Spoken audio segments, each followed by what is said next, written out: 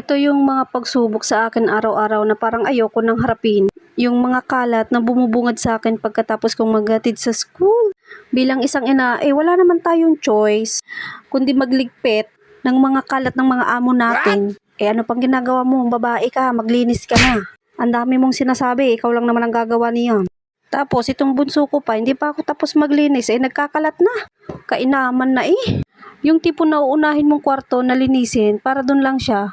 Pero pagkatapos mo maglinis sa kusina, yung kwarto naman na lilinisin mo, paano kasi naman, nagkalat na naman. Inumpisahan ko na nga maghugas bago pa ako tamarin. Kasi pag ako tinamad, nako po, hapon pa yun mahugasan. Kaya hinugasan ko na rin mga mi para meron akong pang-vlog ba. Meron akong may upload, meron akong may share.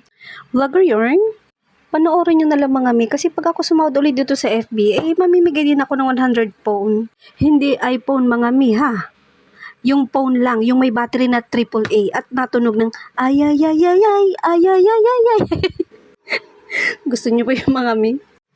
Kaysa naman doon sa vlogger na nag-iimbal sa mo guys, mamimigay daw siya ng 100 na taol tapos siya pa yung gagawa sa inyo. Gusto nyo ba yun? What?